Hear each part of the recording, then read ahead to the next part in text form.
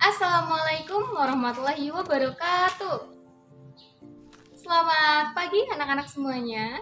Gimana nih kabarnya? Sehat semua ya? Alhamdulillah. Semoga kita semua selalu diberikan kesehatan dan kemudahan dalam menjalankan aktivitas kita sehari-hari. Baik, pada video kali ini Ibu akan menjelaskan nih mengenai satu materi IPA. Nah, tepatnya itu mengenai diorema siklus air. Diorema siklus air itu mungkin secara sederhananya nih teman-teman tahu itu sebagai proses turunnya hujan. Nah, mungkin selama ini kita tahu ya kayak ya mungkin hujan turun gitu aja, tapi kita nggak tahu prosesnya gimana, kemudian ada tahapan-tahapan apa gitu. Nah, ini berkaitan dengan kita juga sebagai manusia. Nah, kira-kira gimana sih proses turunnya hujan? Nah, dapat teman-teman atau anak-anak sekalian perhatikan, Ibu sudah membuat sebuah media pembelajaran yang mana ini mungkin mempermudah anak-anak semua untuk memahami nih mengenai proses turunnya hujan. Di dalam proses turunnya hujan, ini kita anggap sebagai satu ekosistem yang mana ada pepohonan, ada sungai, ada matahari, ada awan, kemudian ada rumah ya. Dapat teman-teman lihat semuanya. Dalam proses turunnya hujan, itu yang pertama, tahapan yang pertama atau siklus yang pertama itu ada yang namanya transpirasi dan juga evaporasi. Transpirasi itu apa? Evaporasi itu apa, Bu? Transpirasi itu adalah penguapan yang terjadi pada tumbuhan. Nah, di dalam sebuah ekosistem kan kita ada matahari ya, ada matahari. Nah, matahari ini sinarnya akan panasnya matahari akan membuat tumbuhan dan juga air itu akan menguap. Nah, penguapan yang terjadi pada tumbuhan dinamakan dengan transpirasi. Sedangkan penguapan yang terjadi pada air itu namanya evaporasi. Nah, sampai di sini dapat dipahami ya.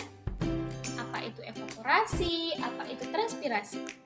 Nah, jadi untuk tahapan yang pertama dalam siklus air, itu dalam siklus hujan, itu ada yang namanya transpirasi, ada yang namanya evaporasi. Nah, setelah itu ada apa lagi? Setelah itu, penguapan yang terjadi pada tumbuhan dan juga air akan terkumpul ke dalam awan.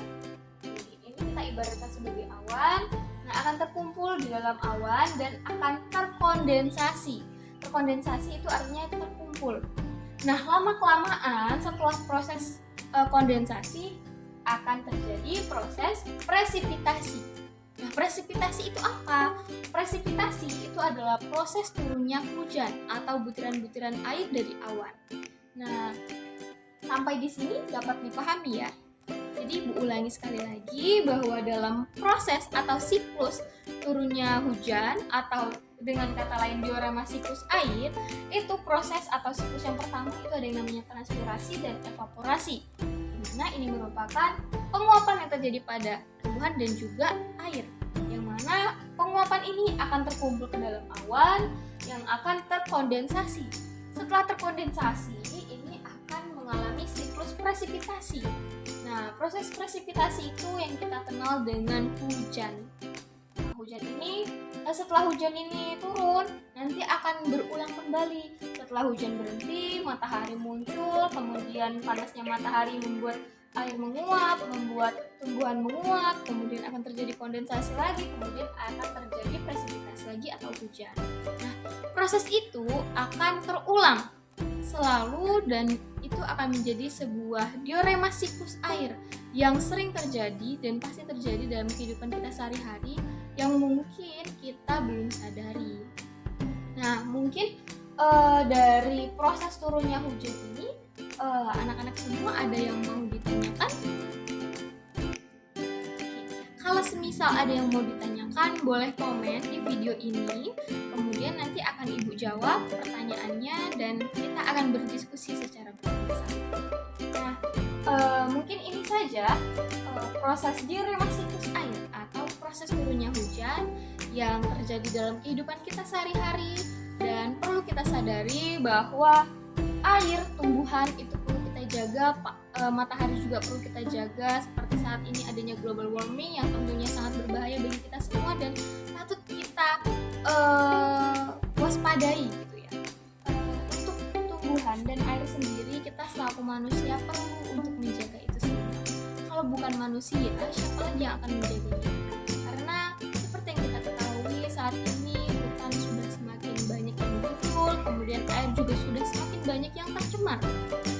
Untuk itu, Ibu menghimbau kepada anak-anak semua atau peserta didik semua untuk menjaga lingkungan kalian seperti lingkungan air, kemudian juga ada lingkungan tumbuhan, itu perlu kita jaga. Reboisasi itu penting, menjaga lingkungan itu penting agar proses atau kehidupan yang terjadi dalam bumi ini tetap terjaga dan kita semua dapat saling menguntungkan dan tidak merugikan. Mungkin itu saja pembelajaran dan pesan dari Ibu pada video kali ini. Kalau ada yang mau bertanya silahkan komen di kolom komentar. Ibu akhiri. Wassalamualaikum warahmatullahi wabarakatuh.